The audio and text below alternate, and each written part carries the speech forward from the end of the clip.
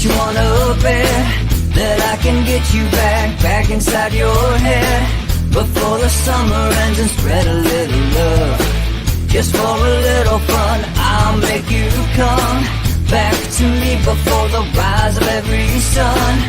Baby, it's meant to be. I know you got a man, but he don't understand. You're gonna be a heartbreaker. You're such a love taker.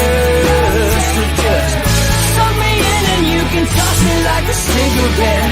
'Cause I just wanna be a bad habit, yeah.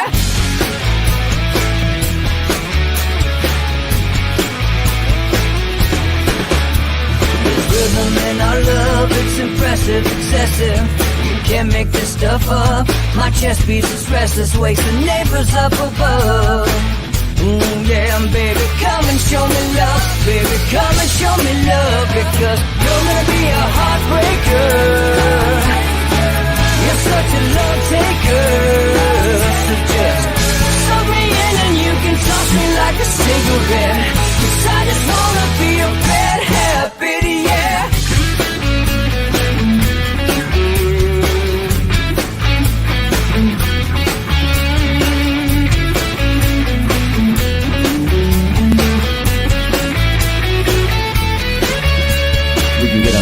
Take a one-way ride, steal us away to find a place we can hide. It wouldn't take much to disappear for a night, just to give in to the need and leave it all behind. 'Cause I know that you know that I know that you want me. You told me, now show me, come blow me away. 'Cause I know that you know that I know that you want me. You told me, now show me, come blow me away. You're gonna be a heartbreaker. You're such a love taker. So just suck me in and you can toss me like a cigarette. 'Cause I just wanna be a bad habit, yeah. You're gonna be a heartbreaker. You're such a love taker. So just suck me in and you can toss me like a cigarette. 'Cause I just wanna be a bad habit, yeah. Suck me in and you can toss me like a cigarette. 'Cause I just wanna be a bad habit, yeah.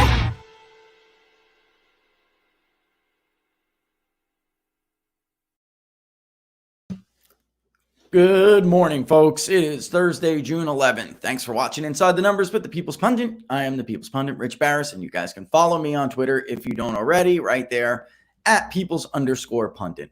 In 2016, the voters of this country elected a businessman with no political experience to speak of, who is brass, crass, and everything else that the political establishment in this country absolutely cannot stand. He did so because he had a good justification and his opponent did not, or they did so. And that justification was to reverse course from the managed decline that the political class and the construct, all the forces that make up the status quo in this country, we're doing, that we're destroying everybody's lives. Economically, culturally, financially, their own personal financial situation. And law and order was just an aspect of Make America Great Again. He was the law and order candidate because he was the candidate promising to arrest the decline, the managed decline of this country, which is the strategy that our political elites have taken intentionally because they believe in a more global, fair order rather than one country that is dominant over the other. They blame America for a lot of the world's problems, for a lot of their own problems, and they want to weaken America because they don't view any one country, any one liberal nation state, not liberal as far as left, the meaning of, as in the meaning of the word liberal nation state. They do not believe in the dominance of one nation state above another. Along comes Donald Trump, who is a rich businessman, but really a great marketing genius. That is Donald Trump's genius. Not his, he has his art of the deal, all that comes along with it. But Make America Great Again meant make our economy great again, make our culture great again, make us strong again. safe again.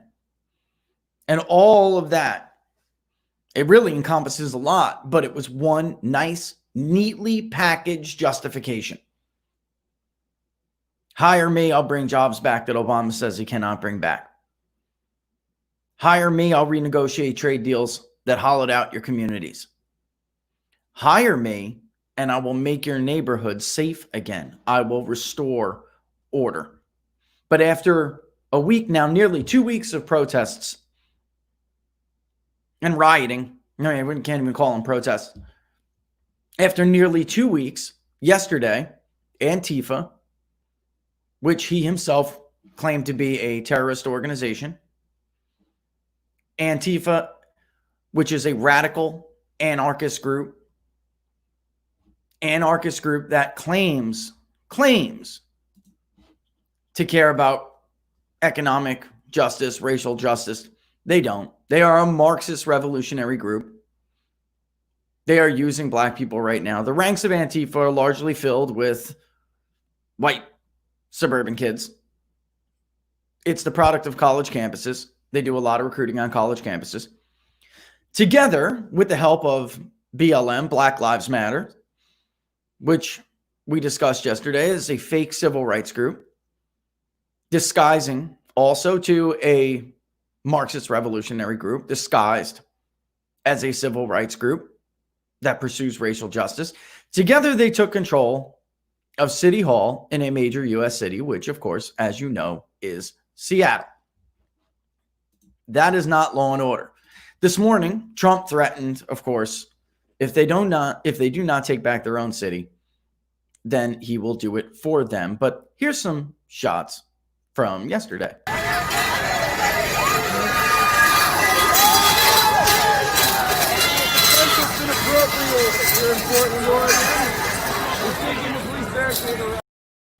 That's them setting up their autonomous zone, where you, if you read the signs, are now leaving the United States of America.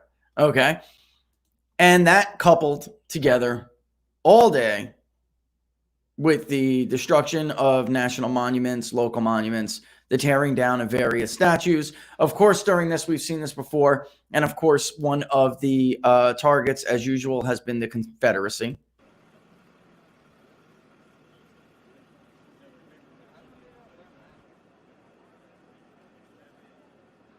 Not stopping you. Just when they're ready to start moving for your safety.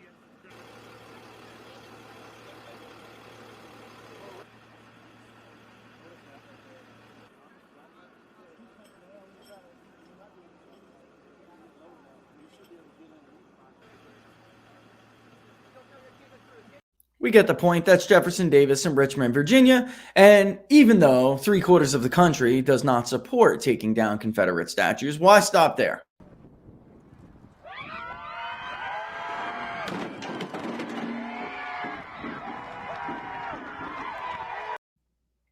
That's Christopher Columbus. By the way, in St. Paul, in Minnesota, where all of this started to begin with. That is not law and order. So Trump this morning, where I'm going with this, because some of my critics right now, you guys, I got to tell you, you sound like Democrats circa 3 years ago. Everyone who spoke out in dissent was accused of being an agent of the Kremlin and a traitor, a Russian traitor. That's how you sound right now. Donald Trump's justification was a lot of things wrapped up into that one statement: make America great again. But right now, all he is doing is tweeting on Twitter, empty threats on Twitter. And that is not what made his justification. But at least we can get into some of the jobs numbers, which we can start now. Let's start with the job numbers, and we'll get into a couple of things that I want to talk about today, because it would be a sin if we let, after weeks and weeks of people like me and others who were on the same train, who opposed the lockdowns because there was, one, no evidence in the history of the world to suggest that was the right course of action. And now, two, of course, we have evidence, and we would be stupid if we let people go without criticizing and saying, I told you so, because you never want to make the same mistake twice. And the only way to ensure that you don't is by doing what we're going to have to do now, which is not an I told you so. This is not an I told you so. This is don't ever be fooled by the crisis and the Leviathan again. First, we'll look at good news, but then we'll look at, at the end, the tail end of this jobs number, the initial jobless claims is something about Michigan, which can easily dovetail into an article we put up yesterday. It was completely ignored by the media, but there were real consequences for these lockdowns, real consequences. And the more strict they were, the more damage they did. That's not really surprising, but considering day by day now, more evidence comes out to show they were the wrong decision. It was the wrong move. We cannot let this go unchallenged. Okay? It's convenient that all of these statues are coming down. It's convenient that all of these cities are under siege.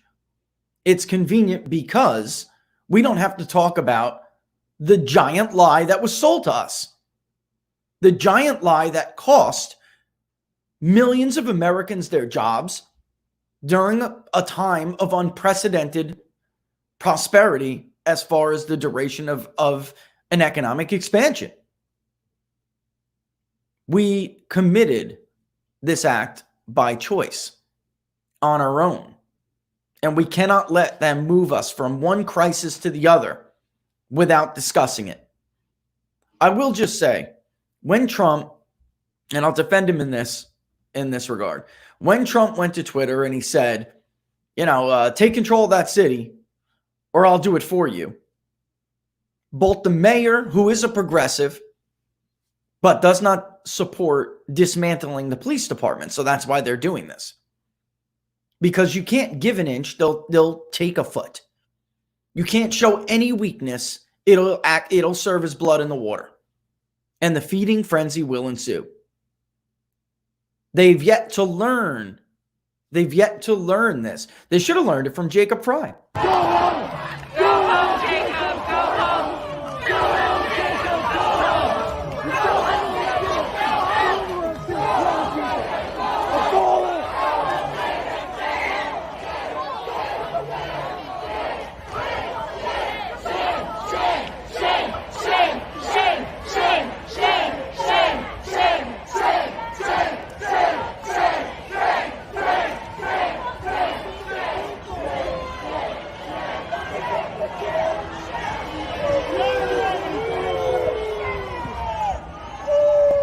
Shame, shame, shame. What a loser. Go to the microphone, cry like a baby, and where do you expect this to end up for you? Where did he expect this to end for him? Did he think they were going to open up their arms and welcome him because he's a 14-year-old white kid riddled with guilt that they taught him to feel in college? What a loser. And then you have this other mayor and Governor Inslee going after Donald Trump, attacking Donald Trump and mocking him for, I think he misspelled the word stop. He said stoop or something, whatever it may be. Which is worse, Governor? Making a grammatical error on Twitter or losing control of a major U.S. city? But this is what they do to avoid being held responsible for their stupidity and their failures. And that is what they are, absolute failures. But let's look at some good news, okay? So here we have today, 8:30 every week, and we cover it every week. Initial jobless claims came in at 1.54 million for the week ending June 6th. Insured unemployment declined. Jobless claims now, that's a slight forecast beat. Jobless claims continue to trend down, and they are trending down now for the 10th straight week. Before I get into just reading out the hard data here, look at the 1 year on this, because this overall series chart, the history of the series goes back to 67 and smushes the trend when you look at it on a column bar. If you guys remember, if you're longtime followers of PPD, you know this used to be a line chart, but there was even an area line at one point. But because of the dramatic shifts, we had to change this to a column chart to make it legible. right? So here, though, you can clearly see it looks like Dr. Birx and Dr. Fauci's flatten the curve graphs at the White House. Their 15 minutes are over, now. But this looks like clearly a trend. We've reached a peak. We're on our way down. The reason why the final column is empty in gold is because gold is continuing claims. This is the final week from before, which ends at May 30th, that has full data, okay? So the U.S. Labor Department reported initial jobless claims came in slightly less than expected at 1,542,000 for the week ending June 6th. This, of course, is due to the coronavirus mitigation efforts. That's a decline for the 10th straight week. And for this week, it's a decline of 355,000. Last week was upwardly revised 20,000 to 1,897,000, still representing a decline in the overall trend. When you're looking at numbers this big, revisions, 5,000, 20,000, that's one of the larger revisions we've seen. It's been pretty remarkable how low the revisions have been, right? So how insignificant is probably a better way to word that. It's pretty remarkable. And still, while 20,000 sounds big, when you're talking about nearly 2 million people, it's not. Put it in context. Forecasts for the week range from a low of 1,100,000, a little bit rosy, to a high of 1,750,000. The consensus was 1,565,000. So again, we came in just under the consensus forecast, slightly better. The 4-week moving average fell 286,250 claims to just over 2 million. Now, the previous week was also revised up, but only by about 4,000 to an average of 2,288,250.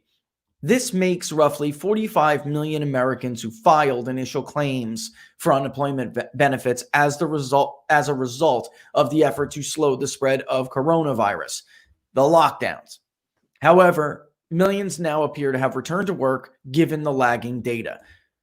On the way out of the office today, I was listening. I think it was Charles Payne. He was either on Fox Business or Fox. I'm not sure which one was on while I was getting ready to kick rocks. But he made the right point. And the right point is that the lagging data sometimes can give us a little bit more. We know from initial claims, we can look at the headline and we can say 10 straight week trending down. That means we're headed in the right direction. But what about those people that filed over the course of more than 2 months? What does it look like they're doing? Are they staying? Are they hanging out? And that we get from long-term lagging jobless claims data, long-term unemployed. That's why I harp on this rate right here. The seasonally adjusted insured unemployment rate fell another 0.2 of a percentage point to 14.4 for the week ending May 30th. The previous week, and this is why this matters. This is also why I was a little bit shocked with the jobs report for May, more than a little bit. Everybody was shocked that it was a historically strong report, broke records, is because last week, if you remember the Thursday show, this rate ticked slightly higher after trending downward for a number of weeks. And I put my sad little puppy dog face on, and I told you it was not great. And let's hope that this reverses and changes course and goes down the following week. It did, in fact, go down, but also let's look at the 1 year. Okay, the previous week was revised down by 0.2 of a percentage point from 14.8 to 14.2. And if you look at the actual trend here, 14.4, 14.6, that means we really did not have a pop back up. All right, moving a couple like a 10 or 0.2 of a percentage point one direction or the other, a trend does not make for 1 week. So we did not have this pop back up. And overall, what you can see here is we have a downward trend that's kind of flattened off a little bit.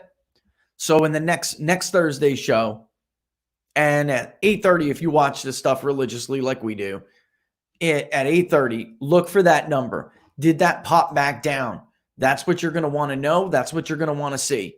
Okay. So we'll talk more about it later, but next week, of course. But it looks like for right now, we're kind of hanging out. We're kind of a little bit steady, but it's damn sure better than it being a number that keeps popping back up a little bit. let's get into this because this is where we're going to hammer this lockdown nonsense. The insured unemployment rate hit the first high of the current crisis at 8.2 for the week ending April 4th. The all-time high prior to that was 7% even, which was recorded during the deep recession of the 1970s in May of 75. April 11, it rose to 11% and 12.4 on April 25th. Popped back up the next week, by the way, to its all-time high. Hung out there after like a 3.5 or 3.4, it was revised, percentage point pop. And we've been going down and hovering ever since. Under the Trump administration, this rate has fallen to an all-time low, 1.1, and remained at 1.2 just weeks ago. Just 11 weeks ago. As recently, actually earlier, just as recently as March 14th. But that was before the coronavirus mitigation efforts. The advanced number for seasonally adjusted insured unemployment during the week ending May 30th was 20,929,000.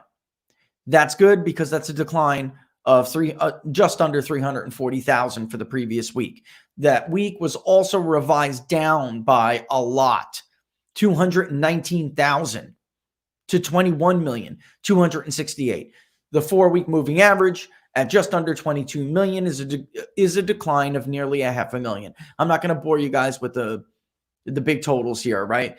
I want to get to the individual states, but that's the long-term unemployed data that we were just talking about when I mentioned Charles Payne, what he was saying. The lagging data tells us a lot. It tells us that there's some chipping off of that vast number of people that file for insurance benefits, unemployment insurance benefits. We hope now, it's June. By the end of next month, those benefits are out. Unless Congress does something dumb, those benefits are out. And there are some people who decided to just take their unemployment benefits, not go back to work. They will have to go back to work. And we know from the job openings from the Bureau of Labor Statistics, we know they're there. For the most part, a lot of these states are opening again, and a lot of these jobs are open now to, certain industries like leisure and hospitality that got hit the most. It will take some time, of course, for them to recover, but we don't want people staying home when they could go out and get jobs. During the week ending May 23rd, extended benefits were available in the following 30 states. I'm not reading all of them, but you get it. There are 30 of them, from Alaska to Wisconsin. The highest insured unemployment rate for the week ending May 23rd was in Maine at 26.9%. A perfect example of a strict lockdown without empirical evidence to support it, blanket across rural and what they even consider to be high population state, areas of the state. From where I come from, there are no high population areas. That there is nowhere in Maine where population density is a problem. Not comparing where I come from. Nevada, another great example, the second highest, 24.3%. And Michigan being number 3, 21.7%. And of course, we all know about that, right? Michigan is also in the top 10 for the largest still increases in actual filed initial jobless claims. And if you read it from yesterday on PPD, and actually, I'm just going to click on this. Let's take a look at this, okay? Let's bring this up. Metro Michigan suffered the largest hit percentage-wise in employment declines during these lockdowns, during the COVID lockdowns. Of the top 3 metropolitan divisions for job losses in April, 2 were in Michigan. 2. And again, another state where strict lockdowns were imposed. It didn't matter what the data was from county to county. Population density didn't matter. Transport methods of mass public transportation. None of that. Where we actually had data to support like better decision-making processes. None of that was factored into Whitmer's decisions. And she imposed a blanket policy over everybody, extended it without empirical evidence to support the extension, without spikes in cases, and she hurt her state. In fact, she hurt the areas that vote Democratic the most on a percentage basis. 2 of the 3 metro divisions that suffered the largest over the year percentage declines in employment for April during the coronavirus shutdown were in Michigan. The Bureau of Labor Statistics report reveals the extent to which more strict social distancing guidelines led to more severe economic damage. The largest over-the-year percentage declines in employment during the shutdowns in April were in Warren, Troy, Farmington Hills, negative 25.9, and Detroit, Dearborn, which was negative 22.2. And Nassau County, Suffolk, New York, that was the third, no shocker there, at negative 21.7. That is economic, self-imposed economic devastation. And since we just went over the insured unemployment rate for the nation and in specific areas, number one, it shouldn't really surprise you considering what they did. But number two, look at the difference in the unemployment rate nationally and look at the insured unemployment rate. Look at the damage they did, self-imposed damage they did to working America. And this anti-working America revolution, attempted revolution that we're in right now, is doing their level best to hide the consequences of their actions. It's very convenient. And in this article, there's a link back to Florida, comparing Florida, which made a very strong case against strict social distancing guidelines, to include now where the media is going to obsess about this spike in cases. It's ridiculous. All right. We also discussed, there's also another one. You guys can go and check it out if you want. But the bottom line is, guys, the best analysis done so far, which is ongoing, was at JP Morgan Chase. And he said that the lockdowns, quote, fail to alter the course of the pandemic. Unlike rigorous testing of potential new drugs, lockdowns were administered with little consideration that they might not only cause economic devastation, but potentially more deaths than COVID-19 itself. Unbelievable. And yet somehow still, the very people who argued with me on whether this was a sound, wise policy and worth the risk. Not even risk. We knew it would do damage. We knew it would hurt people. Those very same people are now saying that sitting back and tweeting is an effective strategy to deal with these riotings. When your entire presidential justification, and this is it, look, I'm almost out of segment time here, and I couldn't squeeze it all in one segment because these jobs numbers, these employment numbers, these declines, this all ties into what is going on. It is all connected. I just told you Trump's justification, Biden's justification has become just as clear. I will return to normality. We will go back to being normal. Everything will be smooth again.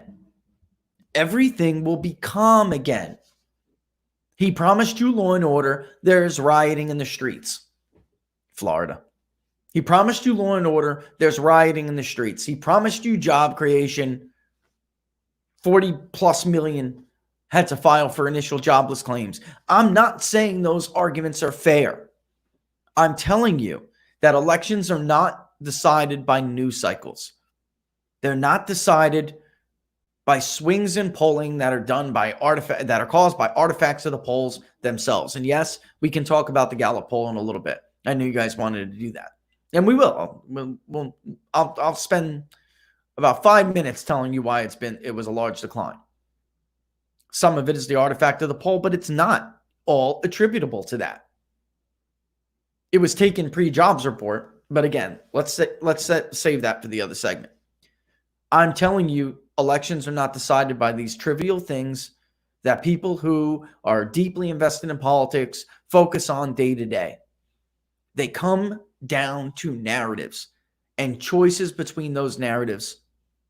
And that is why justifications are so important. And the big numbers are the numbers that matter.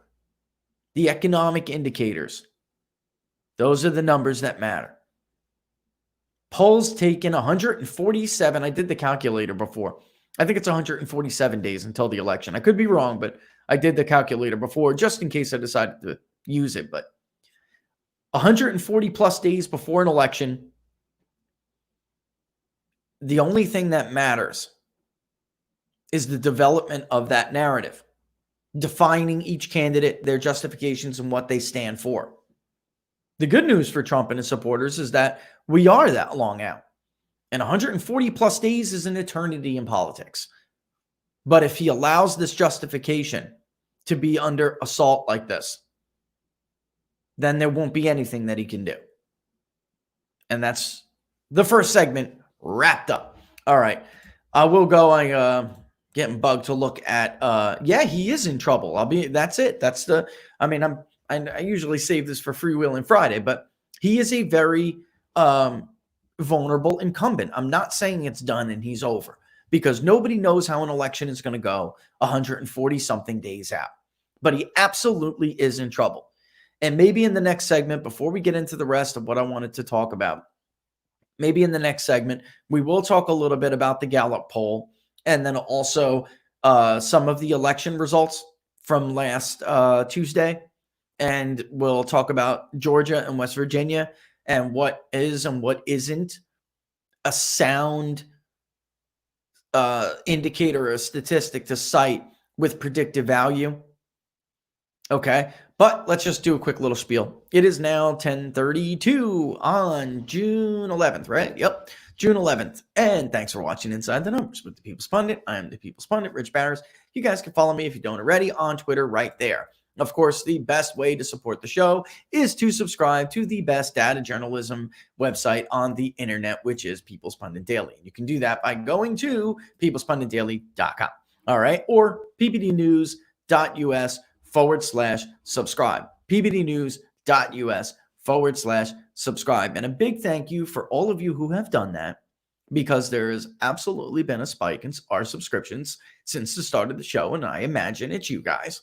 I don't know what else to explain it with. Okay. Look, I'm a trend guy, right? The trend was pretty clear. And that will allow us to expand this show more and more every time. And it also funds, when I open up the voter database, that's what, it's because of you guys that we're able to do that stuff, right? And by the way, somebody remind me in the next segment when we talk about this. I just ran a national voter file analysis. I can't show it to you on here. The database is too big, but I did pull off a PDF. I'll tweet it out later because of all of the polls, the recent polls that we've seen with some of these partisan breakdowns. All right. Ultimately, like I said, that's the best way to support the show. And then, of course, don't forget to like People's Pundit Daily on Facebook. All right, Madam Producer, if you could pop that out, that would be great. And don't forget to subscribe to People's Pundit Daily on YouTube. That is how you get the notifications on YouTube, because I just saw that one too. On YouTube, if you didn't hit the little notification bell, which about 80-85% of you guys do when you subscribe, you won't get the notification. Or at least I think you can't count on it, but hit that notification bell and that'll alert you. If you like us on Facebook, that'll tell you as well. And then Scope is like the vast majority of our audience, yet it's the worst quality stream out there, plus their Twitter, and they hate me. So you guys should really stick to YouTube or Facebook. All right, but that's that. All right. And yeah, I know I look kind of blue today. I'll fix that. We'll fix that by tomorrow. Let's talk about this Gallup poll. So really quick, because I don't want to harp on Gallup. Without looking at raw data, it's hard for me to comment in depth about the results of a poll or how a pollster is doing things. But I will tell you this. The Gallup poll was less Republican and more independent than it has been over the last 2 months. It was more liberal and less both conservative and moderate than it was the last 2 months. And that tells me at least some of the results of the Gallup poll are what we talked about yesterday, textbook response bias. With everything going on, Republicans are not as willing to participate in the survey. Democrats are more willing, and the independent vote, it's not even a vote because it's all adults. Gallup is all adults. The independent group represented in that poll not only got beefed up in that poll, but it was markedly more liberal or moderate even. Why does that matter? Because Democrats win moderates. Moderates are not really moderates. They just don't say that. They're just not conservative. They just don't simply say they're conservative. That's why, by the way, we do a bigger scale, typically, if the client wants to pay for it, which we want them to. I mean, we stress them to do the deepest dive that you can do. And moderate is not really like, are you conservative? Are you moderate? Are you liberal? We like to say, are you, whether it's a scale. So very conservative to very liberal. And then even part of the conservative and liberal scales are moderately liberal. Do you consider yourself moderately conservative? Would you say you are very conservative, or moderately conservative? Same thing with liberals. And then if somebody says they are moderate, we will ask them, do you lean more toward the conservative spectrum, or do you lean more toward the liberal spectrum? And we'll do that more often if we don't do the entire scale. So if it doesn't come with a 5-6 response scale, then we'll do more on the moderate and we'll ask moderate follow-up. If it does, then sometimes we just won't. It's not necessary to specifically try to dive into who is moderate and who is not. Okay. So in any way, in Gallup, there's absolutely no doubt in my mind that some of that change is response bias. We have the rioting, we have the race relations, the jobs numbers were bad. That is pre-jobs report, that Gallup poll. And if you look for the first time, his approval in the economy went below majority. More still approved than disapproved, but it went below a majority for the first time. All right. So I'm getting yelled at for being too transparent. That's what I'm going to do. Get on board, baby. What can I tell you? All right. But anyway, yeah, she's so funny yelling at me in the middle of it. So, but basically it was before the jobs report, and the media even they largely ignored that jobs report, which was a historic jobs report. Go and look at the cover of the New York Times over the weekend. It was a disgrace. Now, they didn't ignore it. They tried to twist it into a bad thing, a negative thing. It was incredible. So that is why I told you, come July, come August, and we got there sooner. We got there in May. The numbers are going to have to be, the recovery is going to have to be so steep that people feel it.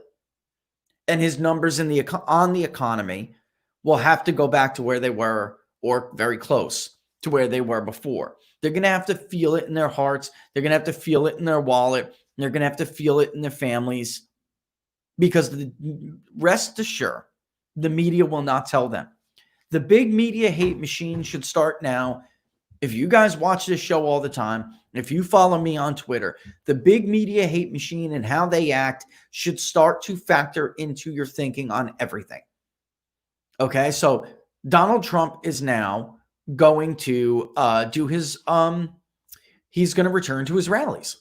All right, the first one's going to be in Okie, which is a little bit off the walls to me. I mean, I know he's trying to avoid being criticized, but do you see the left avoid being criticized? Donald Trump has to go into neighborhoods that don't like him. He's got to go into states that don't like him. That was the magic of then candidate Trump in 2016. Hey, black voters, what the hell do you have to lose? I'm going to Chicago. Let them riot to keep me out. He needs to take his message to the people who either have never heard it appropriately or only get what because they only get what they get through the big media hate machine. Everything's filtered through the hate machine. Or they have never gotten it, or that they have turned against it. So back to suburbia. Okay. And let me let Donald Trump in on a little hint and his campaign in on a little hint, because I'm not trying to criticize anybody, but it's becoming more and more, it's becoming increasingly clear to me that he is a data guy and not a political guy running his campaign. It's just that simple. I'm not trying to attack anybody here. I'm just simply saying you can tell he's not a political mind. He's not a political animal. Let me let them all in on a little secret. When you go after the minority vote, white guilt works in your favor. Your numbers in the suburbs will go up anyway. We used to call it the Rauner effect over here. Right, Laura? The Rauner effect, citing Bruce Rauner for the Illinois gubernatorial election in 2014. Yes, he ran against a deeply unpopular incumbent governor, but it's a very blue state. And what did he do, Laura? He went around to Reverend Meeks, right, in Chicago. He went to places of faith, and he said, you have more in common with the Republican Party than you do the Democratic Party. Give me a chance for once, just once. Give me a chance. If I don't do right by you, then kick me out in 4 years. But tell your congregations to give me a chance, and I won't let you down. Ultimately, he did, but it's still the Rauner model and the Rauner effect. What happened when Bruce Rauner did that? His numbers went up in the suburbs anyway. He had a deficit in the burbs, which kept the race at about 40 up. Or 42 up, and he just could not climb because Quinn, his name was Pat Quinn, was the incumbent. Pat Quinn was deeply unpopular. They didn't want to vote for Pat Quinn, okay? But he was a Republican in a very blue state where most of the votes come from the inner cities, and he knew what he had to do. And he went in there and he talked to Meeks and others, from Hispanics to black voters in Chicago. He went to places of faith and he said what I just told you he said, and it worked. In fact, they became a coalition. And go and look at the vote in Chicago for Bruce Rauner in 2014. He was that 40%, 42% was all downstate. Typical Republican votes, never enough to get you, into the mid-40s, let alone a majority if you're a Republican in Illinois. But because he did better among those groups, because he reached out to those groups, he wound up doing better among gentry liberals and among the burbs where he was, doing about, not bad for a Republican, but not great. Not like Mitt Romney levels in those suburb areas.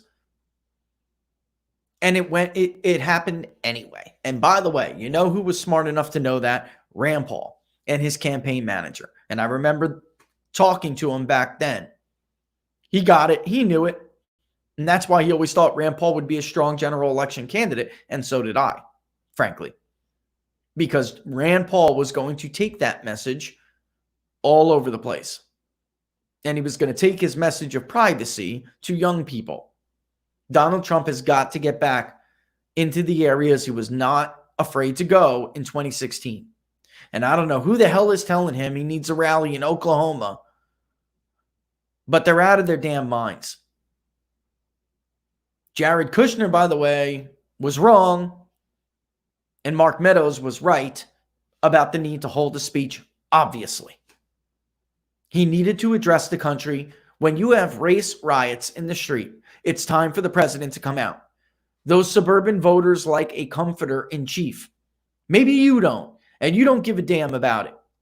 But I keep telling everybody, and I'd implore you over and over, do not think about the world or do not think about politics the way you think about it. That is the number one reason for election forecasters, who are glorified poll readers in captions. That is the number one reason for their failure. They are unable. They do not have the ability to think like other people think, to listen,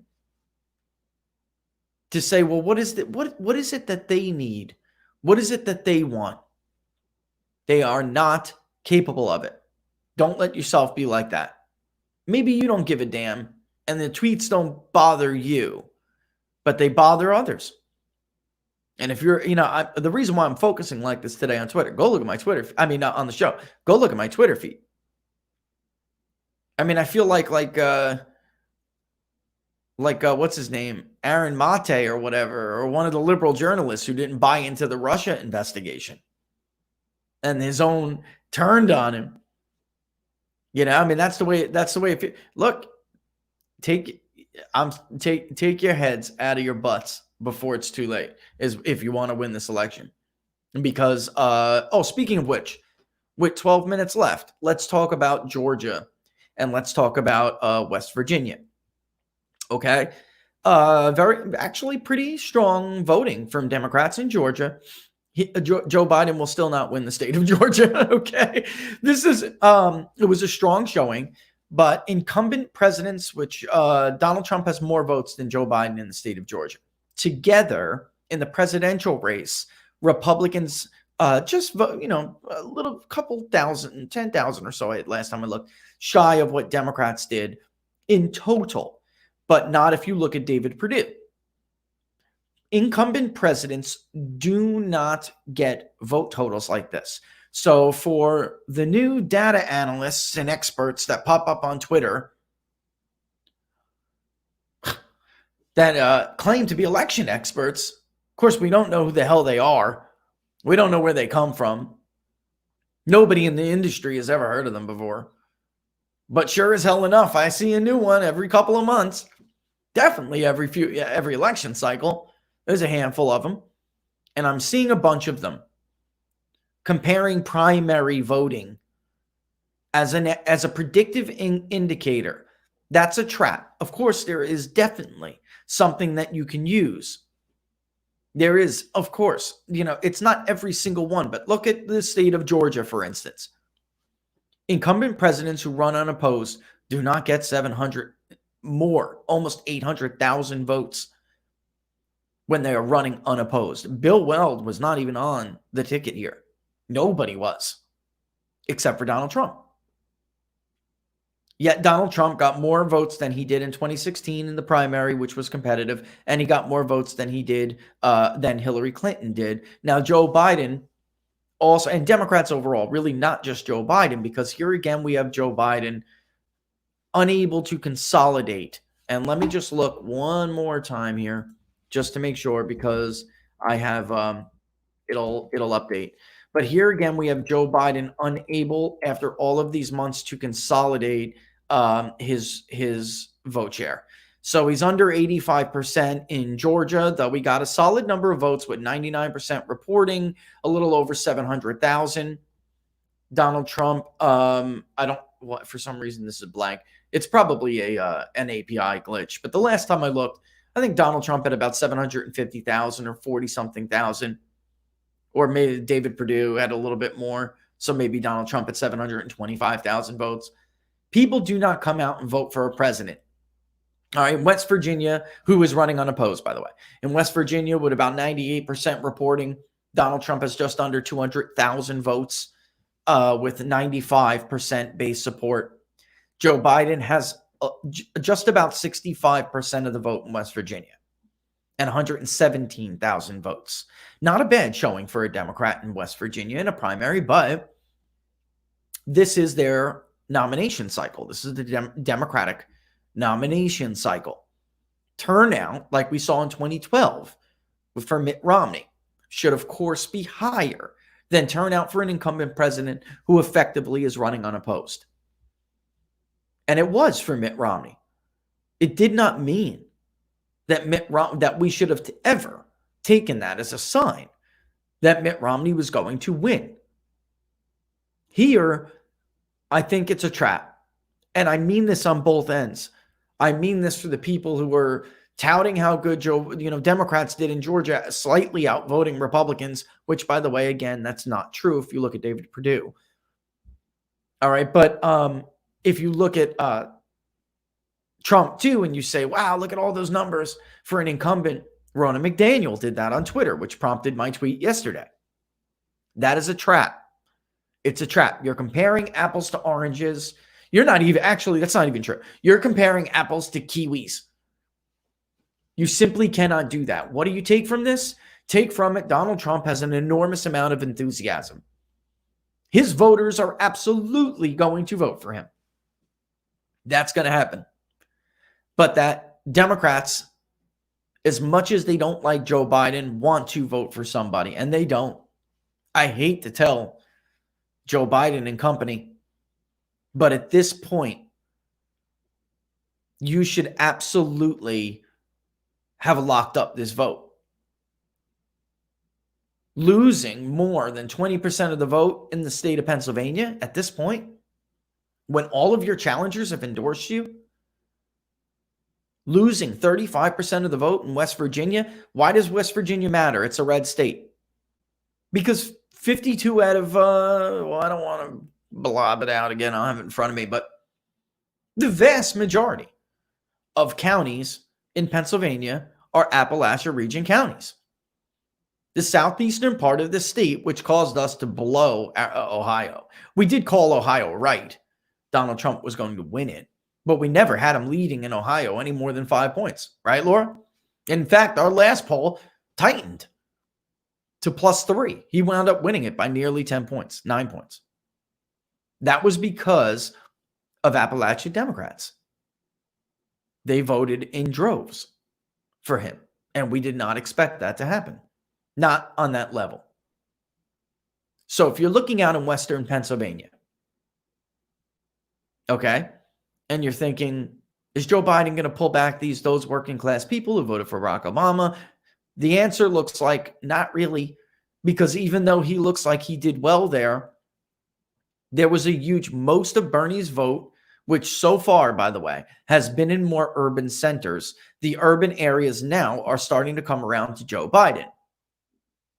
Whereas that was the flip from 2016 prior to Super Tuesday and even into Super Tuesday. Bernie was winning the more urban liberal centers, and he effectively lost his rural older coalition to Donald Trump. If you think you can count on the where are we? If you think we can count that Joe Biden can count on the 12% of the vote in West Virginia that voted for Bernie Sanders to come over and vote for him, you are fooling yourself. If you think that he can count on the 20% who voted for Bernie Sanders in Pennsylvania, you're fooling yourself. That's not going to happen. Those people likely will not come en masse to Joe Biden. So Joe Biden still has a very large protest vote. Why is he down in the polls? I see you guys fighting over there in the comments. He is down. I think he is. I haven't polled it myself in a while, guys, okay? Just to be honest with you. I haven't polled it nationally myself in a while. After the show today, looks like we got a meeting. I may have some numbers in Michigan that I could start looking at. But I'm not shocked he's down because of what I've been telling you for months. The buck stops with the president. It doesn't really matter that you view these riots as a creation of the left. He was hired to restore order, and independents don't like this crap. They don't like it. Donald Trump is absolutely going to win a larger share of his base than Joe Biden is going to win of his. His voters are absolutely going to turn out. That's going to happen. But he cannot lose independents like he did. And a big hay was made over the Atlanta suburbs. Donald Trump won the independent vote in the state of Georgia by like 15 points last time, which helped his margin in that area as well as other areas. But there is no doubt that there have been some issues in the suburbs for Republicans. As I showed you last time, Brian Kemp actually did worse than Donald Trump did in those areas, even though he flipped some other counties out in the eastern part of that state. In the end, it's still very hard for a Republican to win the state of Georgia. See episode whatever, where we did the Georgia voter analysis. There are scores of more voters, Republican voters in Georgia, than there are Democrats. And as I showed you too, by the way, in another episode, those votes, that actually gets exacerbated during presidential election cycles. And actually, I'm looking at Rhode Island here because I'm prepping for Jimmy's episode tomorrow about the Northeast. All right. But I want to show people some, because there's been some polls that the reason why I was doing something with Rhode Island to show you guys tomorrow is because there have been some polls that show big base defects from people who support Bernie Sanders and other Democratic candidates and don't like establishment Democratic candidates. But I'm still going to show you why it's still very hard for a Republican to make a play at a state like that there are other better targets. So I was doing it to show you a comparison. But let's look again in the state of Georgia. And just because we had the primary, if you want a more detailed thing, while we're waiting for this thing to spin around, if you want a more detailed analysis of Georgia, you want a deeper dive, then go and look at that episode that we did in Georgia. Okay. And the big ticket here looks like, the big wide net looks R+4, right? About 300,000 more Republicans, just under 300,000 more Republicans. And then they typically, Republicans do win independents statewide, which make up about 30% of the vote. That is with 5 million, with 6.3 actually million voting records. As you guys know well by now, that doesn't mean they're eligible to vote, nor will they. If we look at the vote propensity score, and if you want a deeper dive, let's go above 50%. If you want a deeper dive into Georgia, go back and look at that episode in the context of what, just happened on Tuesday. What I just did now was change it to look at people who are at least 50% likely to vote in a presidential election cycle in the state of Georgia, which takes it down, by the way, significantly. We now have a total number of votes that more closely mirrors what we saw in 2016, even in 2018. You're simply not going to get every record to vote. But that is why Democrats want mail-in. But look, okay, so we're looking at now about just under 2.5 million, and look at the jump in the advantage for Republicans. Okay, so that's even just 50%. If I tightened it up a little bit, it would get a little bit more like R+6, R+7, which is about right. Or can be. Because we're trying to push that, when we cast that large net, those independents are not really spoken for. But we know they have a lean, right? So it's really, inferred to about R+7, which is about what we've seen out of that state on average anyway. Trump won it by a little bit less than some other margins, but he still won independents by a big margin. And just because Joe Biden may be leading among independents some of these other areas does not mean that he's going to win them in certain battleground states. So Mitt Romney won independents by 5 points nationally in 2012 against Barack Obama. But Barack Obama actually eked out a tiny edge in the state of Florida. All right, so where it matters, Barack Obama ginned up his Democratic turnout. His base came out for him. They voted for him. He ginned that turnout up, and then he won, or either won independents by a small margin where it counted, or he minimized the damage that would be done to him. Okay. All right. Well, yeah, guys, I'll tell you, Jeff, go and look at the New Mexico voter analysis I did. All right. We're going to take a break in about 20 seconds, 15 seconds. When I come back, I will try to do my level best to get this up and ready before, but I ran as we were looking, and we had that CNN poll, then we had the Gallup poll, and everybody is like, well, Gallup's much closer with party ID, CNN's all over the place, 20% black. I will take a picture. I just ran a voter analysis yesterday, and I will take a picture if I can, and show it. If not, I'll pull up the actual numbers and we'll just talk about the actual numbers. And I will show you what the party split is for an entire voter file. We don't have to guess here. Okay, we know how much of the electorate is Republican or inferred if there are no registrations, and how much of the electorate is Democrat, and how much is independent or other. All right, and we'll do that when we come back in a hot minute. You're watching Inside the Numbers with the People's Pundit. I am the People's Pundit, Rich Barris. Follow me on Twitter right there at Peoples_Pundit. If you don't already, see you in about 2.5 minutes.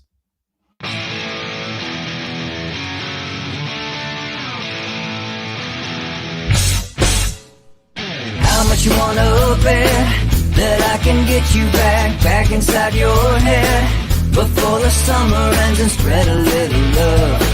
Just for a little fun, I'll make you come back to me before the rise of every sun.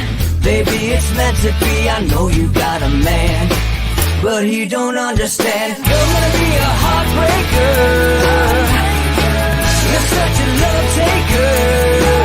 So just suck me in and you can toss me like a cigarette, 'cause I just wanna be a bad habit, yeah.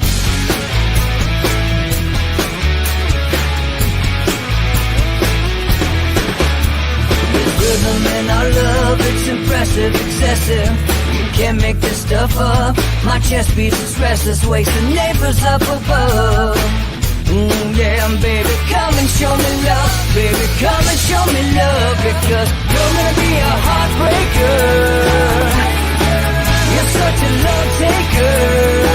So just suck me in and you can toss me like a cigarette, 'cause I just wanna be a bad habit, yeah.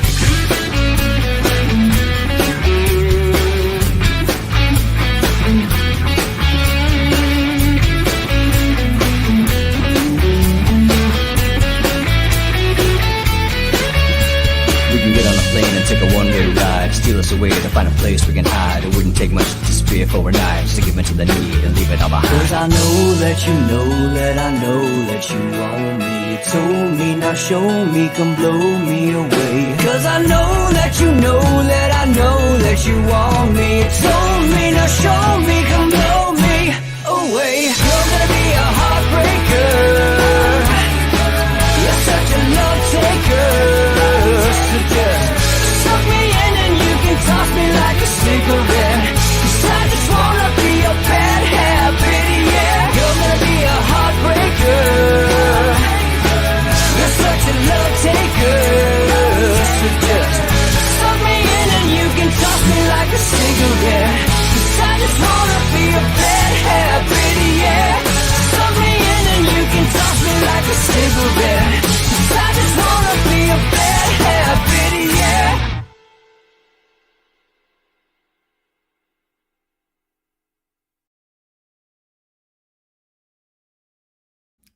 All right, folks, it is Thursday, June 11th, and you are watching Inside the Numbers with the People's Pundit. I am the People's Pundit, Rich Barris, and you can follow me on Twitter if you don't already at Peoples_Pundit. All right, so when we were on our little break here, we were talking about the voter file analysis that I ran yesterday because of all the polls that were coming out, and on a national level, right? And I tell you guys this all the time, the Electoral College is decided in the states, not on the national level. All right, so I'm having a little bit of I did the best to update it, but if I can't, I will just read them out to you to what they are. Scrolling down here to find one, but let's take a look first at, there are a few things that should matter. One being gender, the other religiosity, of course, partisan affiliation matters. But really what we should at this point care about is the indicators that are most predictive on how somebody will vote for a political party. And religiosity, race, gender, party, those are the ones that matter the most. Okay. So let's take a look at, let's go look first at, what do we got here? Let's take a look first at religion. Okay. I tried to squeeze it all in there. This is the entire voter file, and there are going to be a lot of unknowns in that. All right. 45% Protestant, about 20% Catholic, and then there are all sorts of religions in there. Jewish, 2%. There are other Christian faiths in there that are mixed in. You know, Eastern Orthodox, a little under 1%. Mormon, about a third, very small. And they matter with different states, but of course, very small, right? Islamic. Now, when you're looking at an actual, there's a big unknown factor there because people are tight to the vest with this information. But Protestant religion is the most favorable religion to Republicans. The Catholic vote has been a swing vote as of late.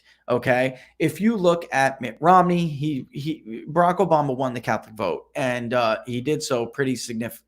Well, for a modern candidate, Democrat, he did it pretty well. And it was because it was on the back of Hispanic Democratic Catholic votes. All right. If you look at Trump, it was closer overall, but the white Catholic vote went to Donald Trump. Okay. Whereas Mitt Romney basically split that with Barack Obama. All right. Did I double upload the thing here? Yeah, sure did. All right. I will go and I'll get it in a second. Gender, okay, is 52.46 female. And generally speaking, the electorate's going to be about 53% female to 47% male. That's about right. I mean, that's not off the beaten path at all here. There are unknowns, and I know. Look at the other categories. I have to make a comment about this. This is the era we live in, right? This should be, of course, in 10 years ago, this simply would have been male or female, male, and unknown. But now we have other categories of neither. I know. It's difficult. When we poll, we still do just male, female. And the reason why is because even if somebody has a gender that this is weird. Even if they have a gender that they associate themselves with, when the exit pollster asks, at least until it changes anyway, when the exit pollster asks, they're going to give the gender that they identify and or associate with. They're not going to say none. That has not become part of our political process yet. Now, that's not to say it won't. It very well could. But this is very textbook. Females, of course, being more favorable to the Democrat. Males being more favorable to the Republican. That is why if there is a big gender gap, Republicans really need to widen out their margin among men and limit their margin deficit among females. That is why. Let's see. Here we go. Inferred ethnicity. There is a large unknown here. 10%, 11%, 12%. Most of that comes from, all right, because look at Asians, just under 9%. Most of that actually comes from the overlap between Hispanic and Caucasian. There are Hispanics that identify as Hispanic, not white. And then there are Hispanics who identify as white. As far as just Caucasian goes, it's about 68%. Now, whites vote at higher rates than other races, most other races. African Americans vote at the highest rate, or have as of late, which is one of the reasons why the entire idea about voter suppression is a total freaking farce. As I showed you in Georgia, it is not true. And they did it and went on again on Tuesday with the same crap, even though his turnout was damn near historic for him. All right, but Caucasians, about 68% of the vote. Donald Trump, he really drove up white working class voter turnout. So he was able overall to increase the white vote above 70%. If this vote falls to 66%, which is Democrats' long held target, they want 66, 67% white turnout.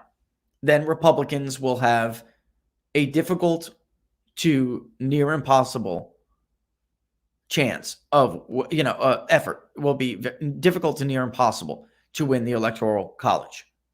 Hispanics are 9% when we talk about people who just identify as Hispanics.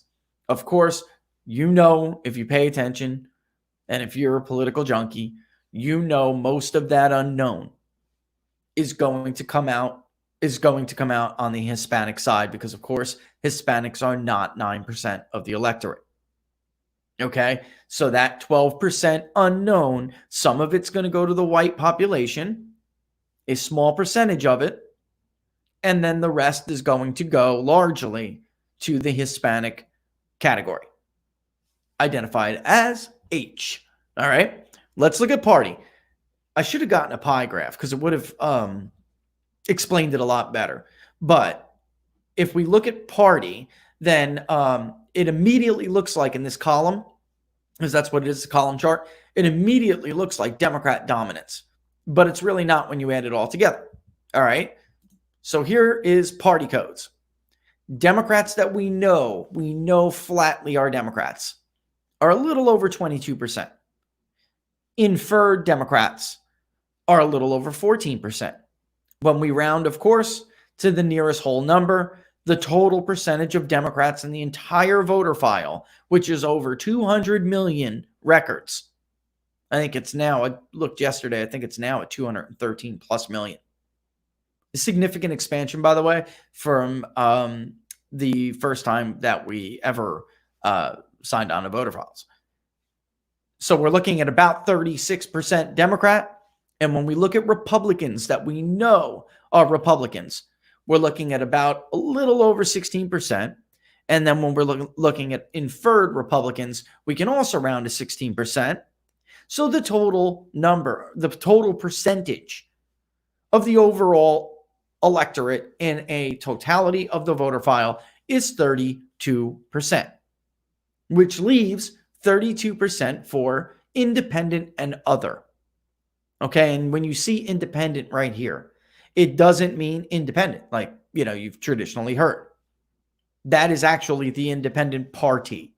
All right, so when we lump in independents, libertarians, green parties, everybody else with different codes, and I could show you what those codes mean another time, and those that are unknown, which are truly the nuns, okay, that unknown is nuns. They represent alone 15%, but when we add them all together, it's about, again, 32%. So the overall, and I know it sounds crazy for when you are looking at these polls, the overall partisan split, all right? Can I get it up here? The overall partisan split in the national voter file is 36, 32, 32. That is the overall D plus 4. In 2016, that's about what the electorate was, actually. It was about D plus 4. Okay? And we can take a look at some of these other oldies but greaties, right? This was the 2016 general election, the full voter file. And do we have the partisan makeup of them? This is the comparison between who voted and who didn't in the general and primary elections. As you can see, the online panel, our online panel, voted and represented they were a better representation of the likely voters that cycle. And we'll just superimpose right over me just to make it easy on you. Matched to the phone on the voter file, you can see a much closer split.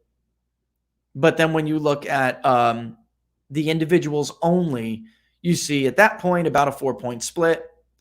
So again, if you look, the electorate hasn't changed all that much. Still D plus 4. Now, things change over time, but that is the electorate as of right now. Or at least the better way to put it is the potential electorate. Because, of course, the electorate was not R plus 1 in 2004 when George W. Bush ran for re-election. Not overall, the voter file, I mean. The entire, if you were to look up all of the records for American voters registered to vote, It was not R plus 1. That was the electorate because that's who turned out. Okay? And in 2016, that's what they told us. It ranged, correct me if I'm wrong, maybe Laura remembers, but it ranged in our polling when you looked at the likely voter model anywhere from D plus 3 to D plus 2. Actually, to D plus 6. I think it was D plus 3 to D plus 6. I can actually look at that right now. But the bottom line is there was never any of these crazy D plus 11, D plus 12, D plus 13. We simply did not ever see numbers like that. It never happened. And of course, come the actual election, come November, that first Tuesday, that fateful day, the electorate was, I believe, D plus 4 in 2016. It was not anywhere near what we see some of these polls right now.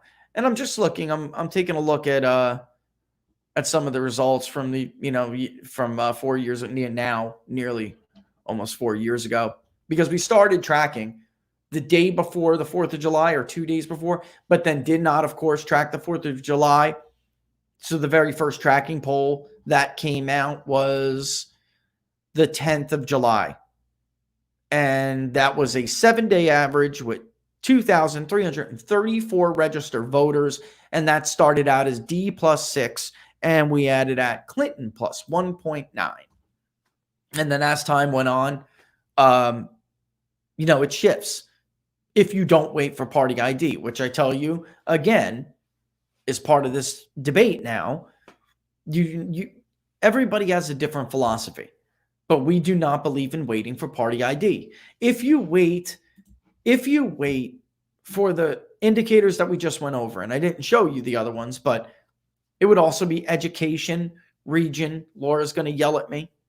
If you wait for the correct variables, which is what we call them over here, if you wait for the correct variables, demographics that are both basic, then we have basic demographics, and then we have other categories of demographics. If you wait for the correct ones to get a correct representation of the electorate, you don't have to wait for party ID. It will tell you what it's going to be. If you wait for party ID, you're going to make the inevitable mistake of trying to make the coming electorate, the one that's coming up in November, the one you're trying to poll, you're going to make the mistake of trying to make it look like the last electorate. A lot of pollsters do that because they don't want to put their thumb on it either way. So they just wait to the exit polls from the preceding election. That's why a lot of them are wrong. Like if you were to look inside of Emerson's polling, for instance, Spencer actually did a very good job of finding the vote preference for each group. White, black, Hispanic, working class, making 30 to 50,000 or 30 to 75,000. Those making 100,000 or more. Do you live in rural or suburban America? Do you live in the suburbs, or do you live in metro or urban America? If you go back and look, he actually did a very good job getting the actual vote preference. What he did, however, wrong, was wait it toward the last presidential election, during which Democrats came out to defend their president gangbuster. And it was not going to be correct. You will never find an election in modern history where the electorate looked the same 2 presidential elections back to back in a row. In 2000, the electorate breakdown, the party breakdown of the electorate, was not the same as it was in 2004. So Bush v. Gore did not look the same as Bush v. Kerry. Bush v. Kerry sure as hell did not look the same as Obama v. McCain. Obama v. McCain did not look the same as Obama v. Romney. And Obama v. Romney did not look the same as Trump v. Clinton. Am I explaining this? Because I tried. I mean, I know this is like, stuff that they should tell everybody. And yet this is still a source of great debate in the polling industry. We do not wait. She's going to duct tape me. She said, you do not wait for party ID because you cannot predict the electorate. You cannot expect it. You cannot predict it to be a mirror of the preceding electorate. You shut up. Don't care what you want the electorate to be. You weight correctly for the other variables, and if you have a good enough sample, the sample will speak to you, and the electorate will tell you what it is going to look like. And you can only do that, by the way, in concert with having a sound likely voter model, which, to please Laura, because she's yelling at me and has been for the last 10 minutes, I will not explain right now what goes into our likely voter model. I'm not going to give away those secrets, Laura, so don't worry. All right. But waiting for demographics correctly without waiting for party ID is something I could clearly say without giving away like trade secrets, proprietary information. Everybody should know that. And until they show me an election where the demographics based on partisan demographics break down the same way they did the preceding election, then they really don't have an argument. And the losing side, or the losing side of the polls, maybe they didn't end up the loser, but they're trailing in the polls. The one trailing is usually the one to make the argument. So for many years, Republicans under Mitt Romney, and by the way, those very same Republicans, the Dana Perinos of the world, she was happy to unskew the polls for Mitt Romney, but she doesn't want to do it for Donald Trump. It was never sound to argue that the polls were underrepresenting, not oversampling or undersampling. They were underrepresenting Republicans. It was never sound to argue that in 2012. You are not supposed to wait for party. What they are doing when they come up with these D plus explosion numbers, that is about data collection methods. They are calling, or, calling is what they're doing, but they are favoring data collection methods which see higher participation rates for liberals. Not just Democrats, liberals. It is true that liberals are more willing to take a survey than a conservative is. That is absolutely true. Females are more likely to participate in a survey than men are, males. And when you break it down by data collection mode, that disparity can grow. Men, and especially male conservatives, hate being called on the cell phone. They cannot stand it. They don't like to talk to you. They don't want to talk to you on the cell phone. They will, though, however, if you call them and you say, we can, with your permission, because you cannot robocall, you cannot use IVR, interactive voice response. You cannot use IVR technology to call a cell phone. It's illegal. So you have to use IVR on landlines, but you can call them and ask them live to take the survey and then tell them, well, I'm going to get yelled at here, and then tell them that your responses are anonymous, they'll be held confidential, and we will siphon you into an anonymous interview area where you can you can give your responses in confidence, and nobody is going to be on the other end pressuring you or making noises when you give, which is what happens. Like we gave you the example of Richard Hart the other day, the polling firm Hart and Associates. Then we can do that, and they're more likely to. But you got to keep sampling and you got to keep polling. I mean, sometimes I can't tell you how many channels we're firing off if it's like an IVR poll, even if it's not. And then they go to an IVR component because we say it goes how I just explained to you. I can't tell you how many channels have to be fired off just to make sure we collect enough men, because it is not uncommon for a 60-40, 65-35 participation split between females and males. Even on online panels now, if you don't set a quota, you're going to get an overwhelmingly female response. And it will skew liberal because they're more willing and more likely to participate. So now we set quotas. That's not any kind of secret either, Laura, okay? But you have to. It is not uncommon. Is the electorate going to be 60 or 65% female? Absolutely not. But I don't know if like I've said yesterday, I'm getting more cynical as the days pass because I'm not telling you guys anything that is like a secret. They know. They're just full of crap. They're just holding this information.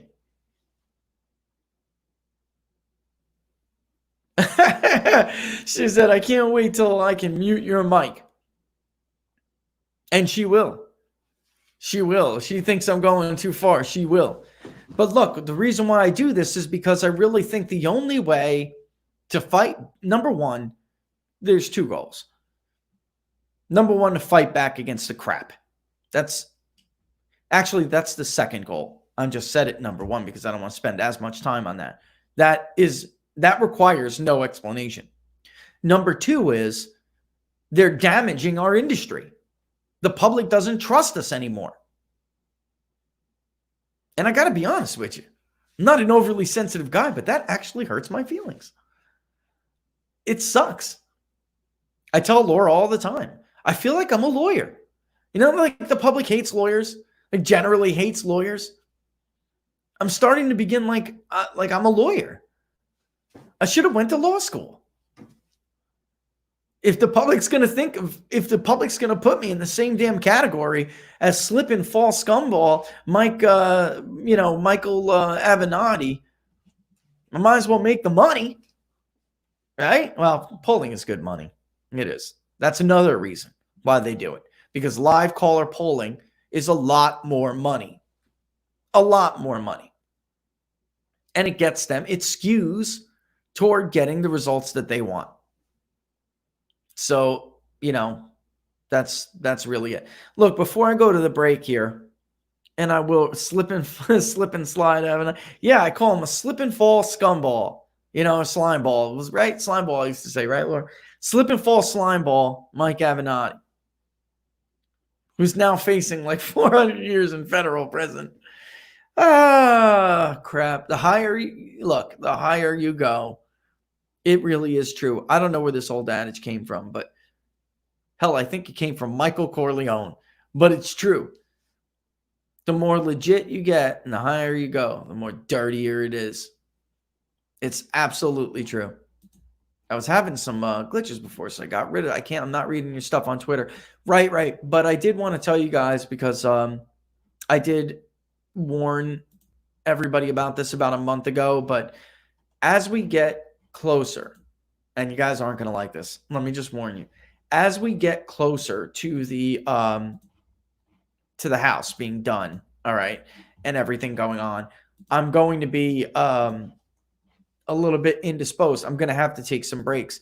I may have to do this as a Monday, Wednesday, Friday thing until everything's over because there's just not enough time in the day. So I try to schedule all of this later, and then there's a lot of traveling that's going to be coming. So, but once that's over, the show is going to be one of the few things that I do. I am going to enjoy my kids for a little while, and the show will be one of the few things that I actually do. So, well, not forever, just for a little bit. I'm getting older. I can't be moving a family across the country anymore like I used to. I'm getting older. Yeah, I mean, he threw a wrench in it, Jeff. He did. All right, but it's almost 11:30. Let's do it. Yep, it's almost 11:30. So let's do a little spiel. It is 11:30, June 11th. You're watching Inside the Numbers with the People's Pundit. I am the People's Pundit, Rich Barris, and you guys can follow me there on Twitter if you don't already. Don't forget to like the page, People's Pundit Daily on Facebook, and don't forget to subscribe on YouTube. I'll tell you what, having Barnes on got us a couple more, got us a pop yesterday. We're almost there. We've had such a good run. The trend is like a steady trend. Let's keep it up. Share it with your friends and family. The more viewers we get, more subscribers we get, the more viewers we get. And we are trying to hit that landmark, of course. But also, too, of course, the best way to support the show is to subscribe to the best data journalism website on the internet. Get some data for your dollar by going to pbdnews.us/subscribe. pbdnews.us/subscribe. All right. I did want to, I'll leave a little because I missed a lot of your questions last time. I did want to talk a little bit, not a whole lot, but a little bit about, as a piggyback off of last week's series. Let me put this right. I did want to talk about the way votes are being reported and how mail-in ballots, if they win these legal fights, elections are going to start to, in this country, how it works in California is basically going to be the way it works everywhere. And I'm looking at some of these states. Pennsylvania was a win for Republicans about counting ballots that came in after Election Day. But you would notice how long it took to get, normally we'll get to about 97, 98% of the vote. This time, because of the way we're changing our elections, people using the pandemic as a way to radically change how we conduct elections in this country, I just wanted to make note that there's been a decrease in that level from when delays occur. So it used to be we would get the vast majority of the vote in, 97, 98%, and then there were all these urban areas that, were slow to the roll or, didn't report their votes for whatever reason, whether it was some honest mistake, or it was not. They're ringing up votes. It's starting now to happen at like 80%, reported. Keep your eye on that because I just don't like my alarm's going up, folks. My alarm's going up. This is becoming too third world for me. It's too third world. Even in Georgia on Tuesday, yes, it's Thursday now, but and even in 2018, that large, there was an effort to slow it, to stop it, to keep counting as well. But I just feel like we're not at the point we used to be where these were 2-3% question marks on the electorate.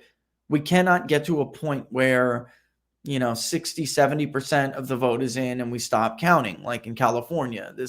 If that happens, my flag is going up. And I don't know. Election integrity means so much. It really means so much. This is a trial run. Make no mistake. These primaries are a trial run for November.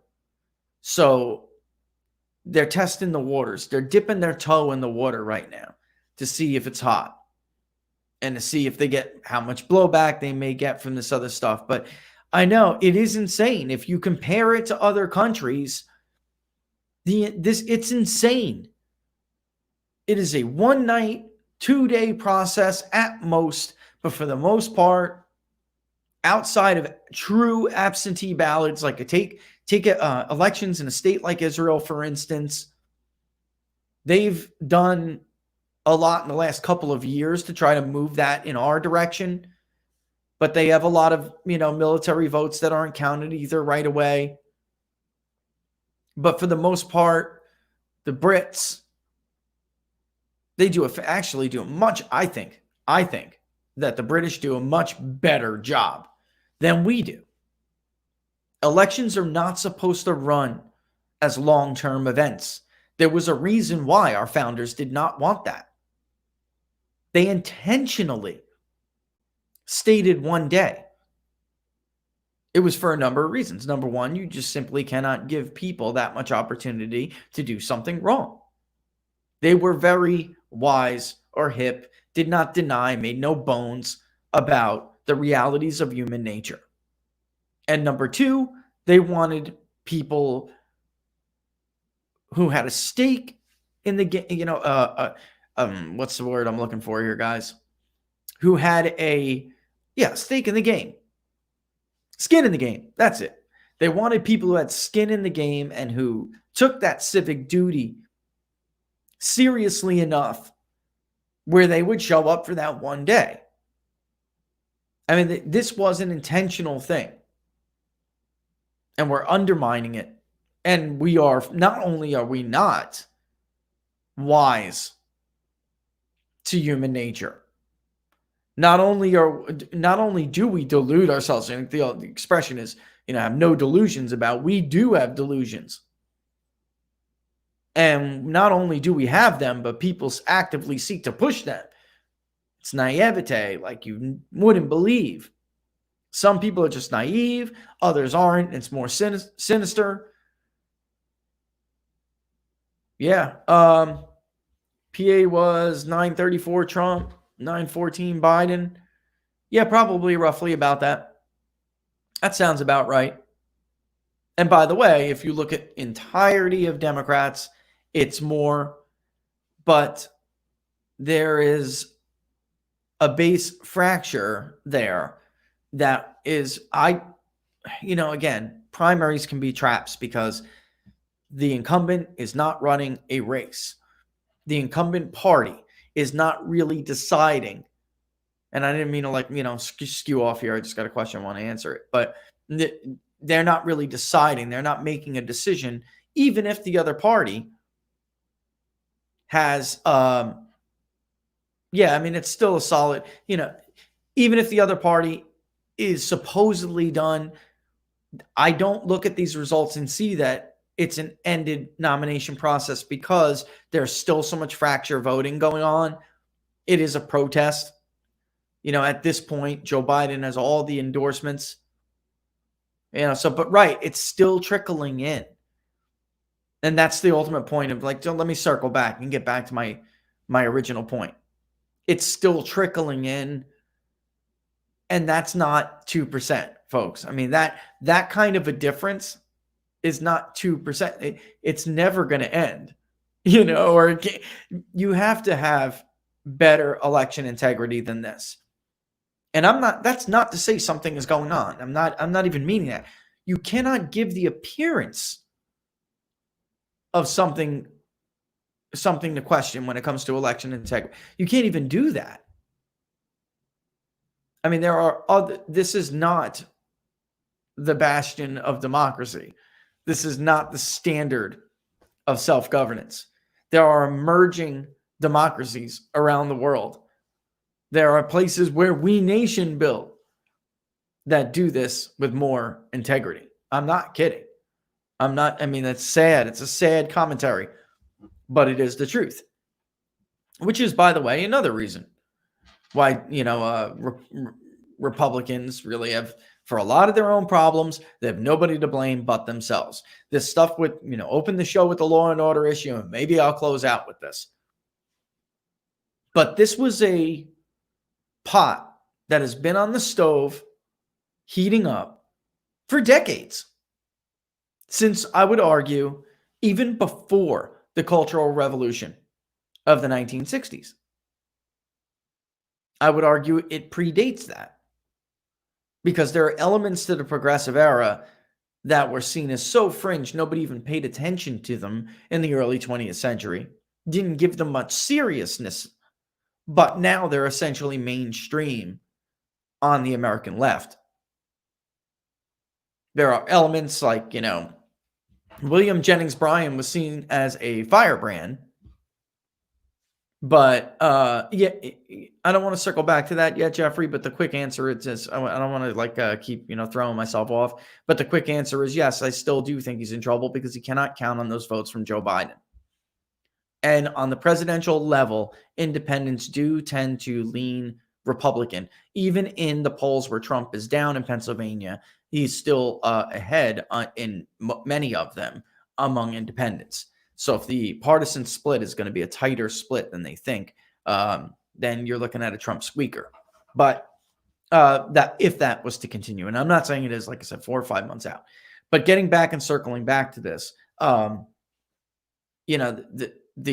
the bottom, this is why I don't like to do that though, because now it just doesn't make much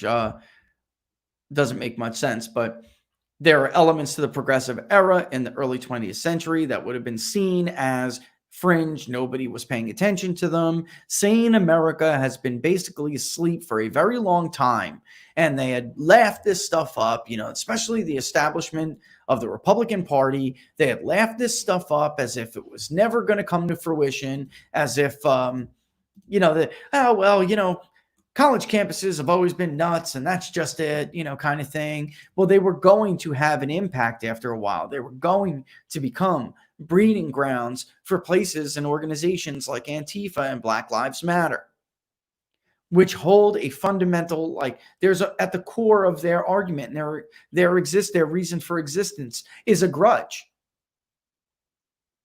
against the American people, against the American system. And this is a pot that's been on the stove heating up for decades. Sane America was asleep at the wheel. They ignored it, sometimes even mocked it, and that pot just kept heating up and getting hotter and hotter and hotter and hotter until eventually it boiled over. And then that is where we are now. And everyone's scrambling, trying to turn down the heat. With a whole bunch of them too damn cowardly to reach for the knob to do it.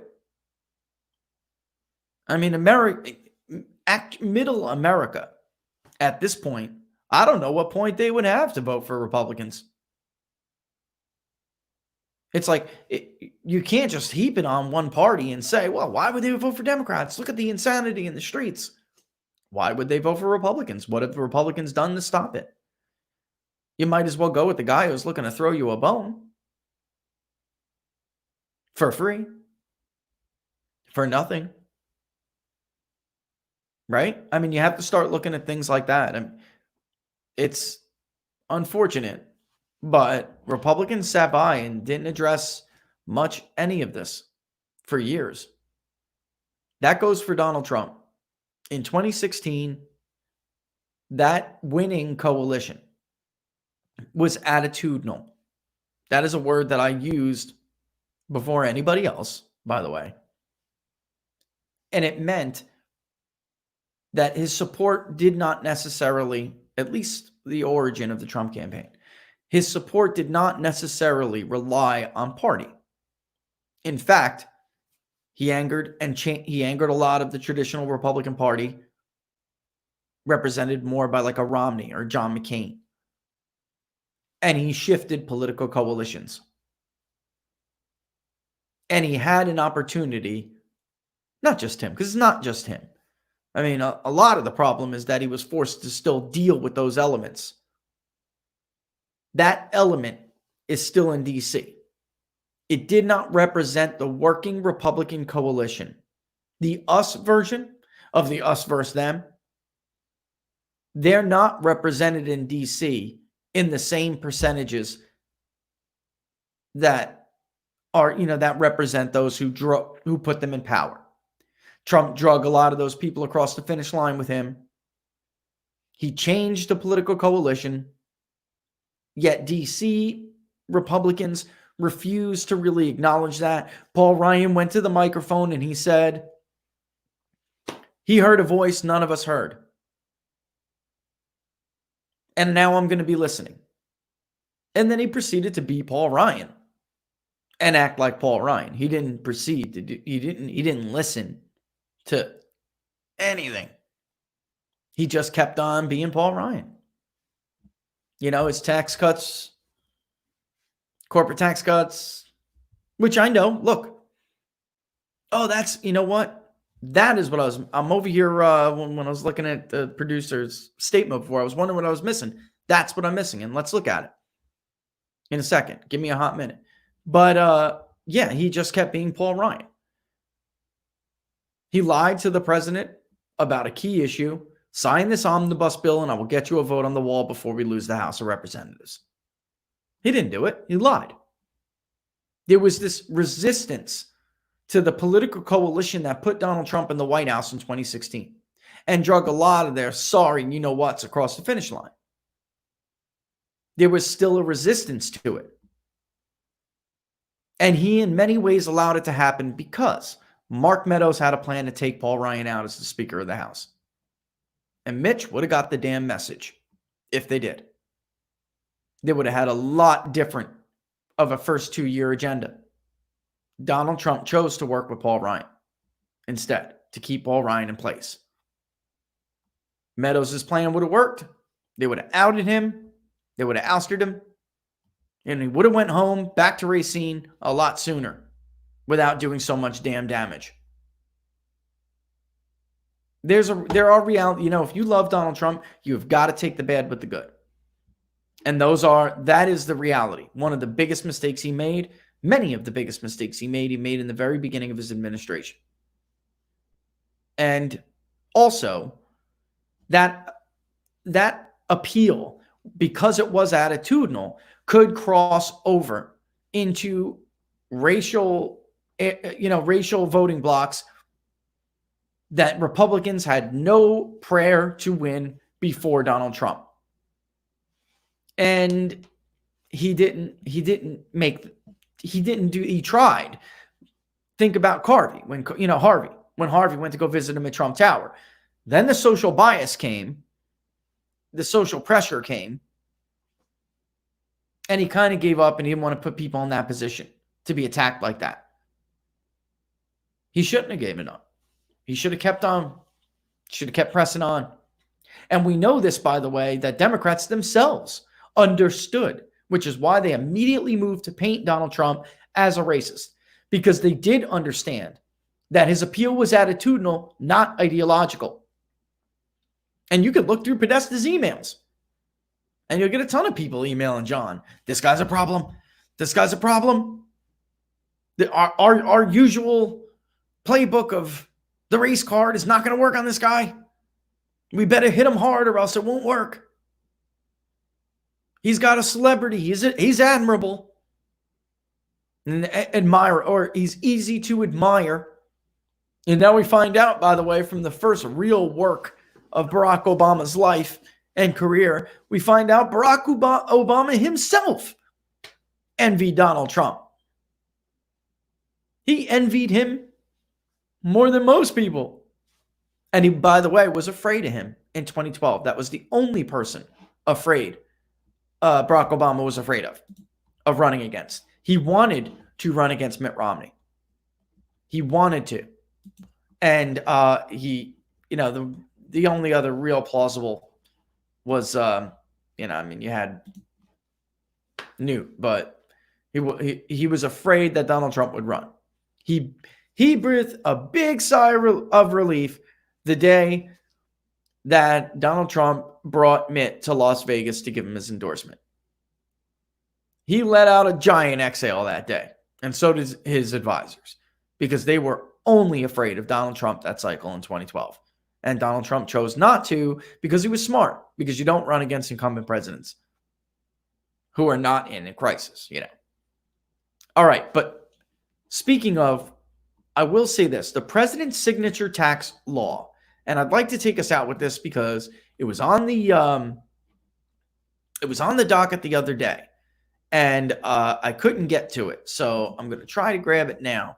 But the president's signature tax law, okay, was obviously his first major legislative achievement, but also it's more than that. Before the debate started on the tax law yet, people like the New York Times and others, Greg Sargent, who is a total hack at the Washington Post, who blocked me, speaking of WikiLeaks, after those emails came out showing he was a hack, a willing hack. And I simply asked him, you want to comment on this? You want to tell us why The DNC knows it can go to you to push propaganda whenever it wants. And you reply knowing, you reply like perfectly, it's perfectly okay. You want to tell me why we see your name in there? Because if somebody hacked the RNC, you're not going to see emails like that from me.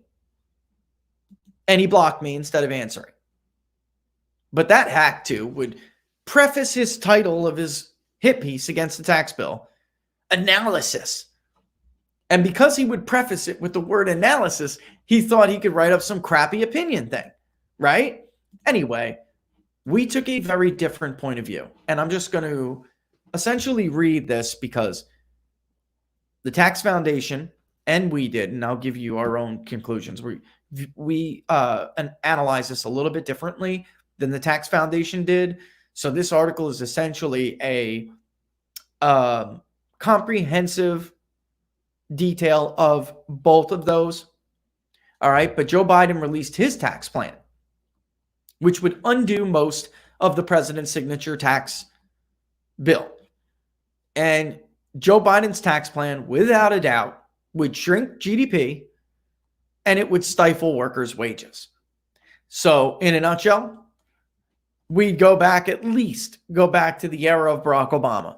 No wage growth, negative first quarter GDP, nowhere near 3% annual. It absolutely would. Okay? And here's why. Former Vice President Joe Biden proposed a tax plan that would raise taxes, reduce economic growth, and stifle wage growth, and analysis finds the plan would roll back much of the president's signature tax reform legislation. According to the Tax Foundation's General Equilibrium Model, the Biden tax plan would reduce gross domestic product, GDP, by 1.51% over the long term. We actually think it's more than that, and I'll tell you why in a bit. We also differ on wage growth, and I'll tell you why in a bit.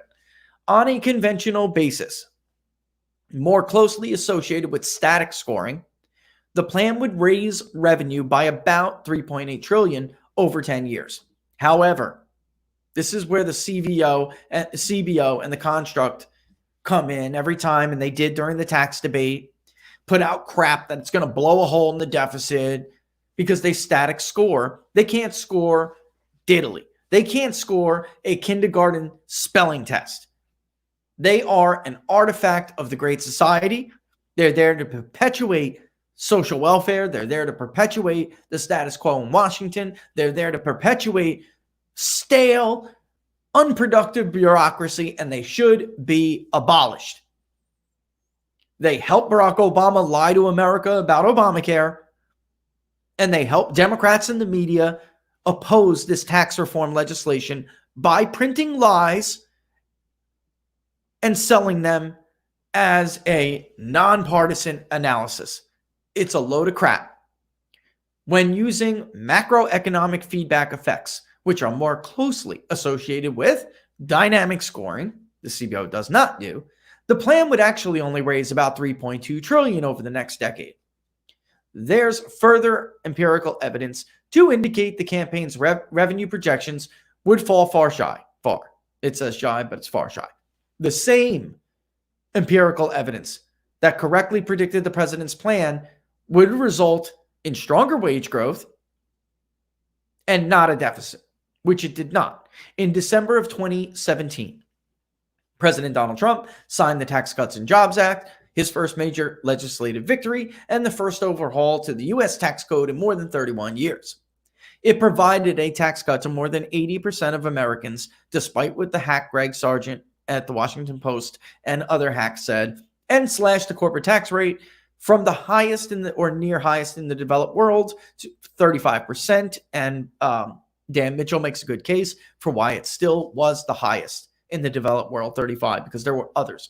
To 21%. That's what the TCJA did. 35 to 21 for corporate tax rates.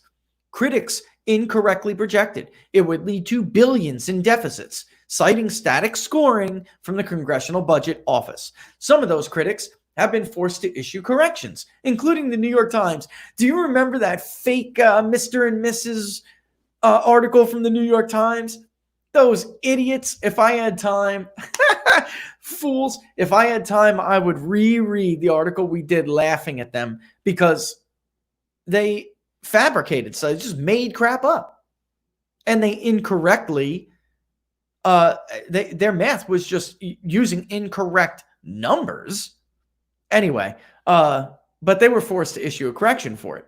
A recent budget outlook released by the CB found the TCJA not only did not add to the federal deficit, but resulting revenue increases actually offset deficit gains that are driven, by the way, by other programs, principally Social Security, Medicare, and Medicaid, as well as the Republican sacred cow of defense spending. That is what drives deficits and debt in this country. The Tax Cuts and Jobs Act did not add to the deficit because of dynamic scoring. CBO has no shame. No shame. They could actually release a budget outlook even though 2 years prior they were pushing crap. They have no shame. Anyway, the CBO analysis showed that rising shortfalls in those programs were the overwhelming driver of budget deficits. PPD previously examined 50 years of data for industrialized nations, which suggested lower corporate tax rates are associated with rising revenue, which was also backed up by Chris Edwards at the Cato Institute. Indeed, research shows the long-run revenue maximizing corporate tax rate is between 15 and 25%. So Biden's plan stinks. It's going, so more than just the on-the-surface impact that we can measure, it's going to do more that's really, sometimes we just can't measure dollar for dollar here. We just can't. But we know, common sense, and because of what we know about it, we know it's going to have a negative impact. This is a chart, again, 50 plus years of data. This is a chart on corporate tax rates and revenues from the average of 19 OECD countries. And I don't have to go over each year with you. You can clearly see as corporate tax rates fall, the left scale, corporate tax revenues rose. There is a point where you reach a tipping point where you can start to do, of course, damage to revenues by having it too low. But that point is below about 15%. All right? The sweet spot is somewhere between 15 and 25. Mr. Biden proposes to re-raise the corporate income tax rate from 21%, which is somewhere in that what's that word? The Goldilocks zone, right? Somewhere in the Goldilocks zone to 28%, which is, of course, above the damn Goldilocks zone. So he will actually result in less revenue projection than he thinks, a level above the revenue maximizing range. The campaign claims Mr. Biden's plan will raise revenue, but the analysis suggests otherwise. On a dynamic basis, the tax founding estimates the Biden plan will result in about 15% less revenue on a conventional basis over the next decade. One more thing, because we're coming up on the hour, I want to bang out here. Revenue increases would total only about 3.2 from the 2021 to 2030 years, and a smaller economy would shrink the payroll tax base. It would also shrink individual income and business income taxes. As we also examined, which you can find in this article, the impact the corporate tax rate has on worker wages is significant. A review of a report from the Council on Economic Advisors, and as well as OECD data, Organization for Economic Cooperation and Development, completely backs us up on this. Reducing the corporate tax rate would increase average household income. We knew that and argued that before the Tax Cuts and Jobs Act was passed. This is the evidence right there. I'm up against this hour. I could talk about this for another hour, but it is not an accident that wage growth hit and exceeded 3% for the first time since the Great Recession under Donald Trump in the third quarter of 2018. That is not an accident. And it wasn't a one-off thing. from the bonuses that we saw being paid. It was not a one-off. It was sustained by wage growth 3% or greater for 22 consecutive months until last month because of the coronavirus. I imagine with the job gains being what they are, they probably will go up again, back to those levels. It created upward pressure on wages. Tight labor market, upward pressure. Even left-leaning multilateral bureaucracies such as the International Monetary Fund and the OECD have published research showing this relationship. And anyway, I just said what I said about it, so I can basically essentially kill this here. The Tax Foundation says that it would result in a decline in capital stock of about 3.25%, and that it would reduce overall the wage rate by 0.98. I disagree. I think that the decline in the rate of wage growth could be as high as 33%. That is when we did our math. We found he could hurt wages. Wage growth could be cut by at least 33%. So it could be more, but we're trying to be conservative with it. Anyway, that's that. Check out that article because that is a really interesting article. There's no doubt it's going to do damage. It's not debatable. Okay, so we are again. That's my passion. I could talk about that forever. I really could, because look, elections do have consequences. They do. And policies impact the economy, of course. And that would result in a shrinking economy and back to anemic wages. All right? Which would be a shame. But it is already past the hour, folks. Thank you for watching Inside the Numbers with the People's Pundit. I am the People's Pundit. Don't forget to follow me if you don't already on Twitter at Peoples_Pundit. Tomorrow is Freewheeling Friday, and I think we may have something cool. I may connect with another show, and we may bat off each other for a little bit. It might be neat, but I don't want to give you that. It's not 100%, but we may. They called me during the show yesterday to answer a question, and I said, if you're going to do this to me, let's set it up so the shows are connected on air. If you're going to call me live on air, then I need to get it on my show too, because we run overlapping times. All right. Don't forget to like the page on Facebook before you get out of here. All right. The producer during the outgoing music, or I will put that in there. And don't forget, of course, to subscribe to the page on YouTube. Okay. We're almost there, folks. We're almost there, doing a great job. And the best way, of course, to support the best data journalism website on the internet is to subscribe to peoplespunditdaily.com. You could take the short link going to pbdnews.us/subscribe, pbdnews.us/subscribe. And thank you for all of you who have done that. We love you for it. I'm over. I'll see you tomorrow at 10 a.m. on Friday, Freewheeling Friday, Eastern Standard Time. All the best, folks.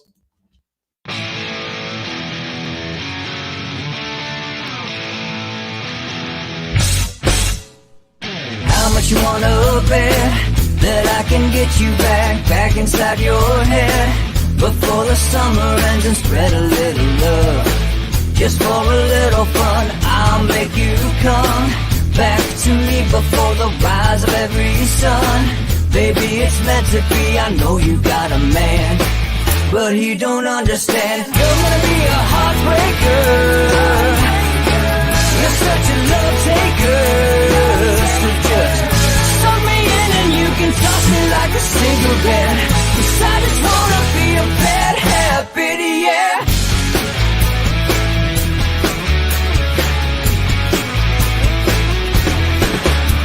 There's rhythm in our love, it's impressive, excessive.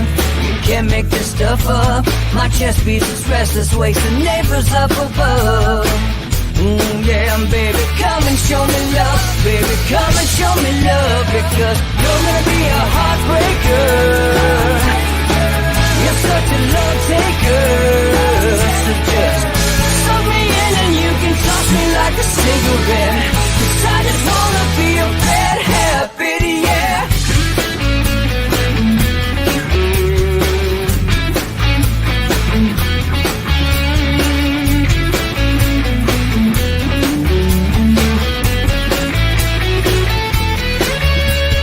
can get on a plane and take a one-way ride. Steal us away to find a place we can hide. It wouldn't take much to spear for a night, just to give in to the need and leave it all behind. Cause I know that you know that I know that you want me. You told me, now show me, come blow me away. Cause I know that you know that I know that you want me. You told me, now show me, come blow me away. You're gonna be a heartbreaker.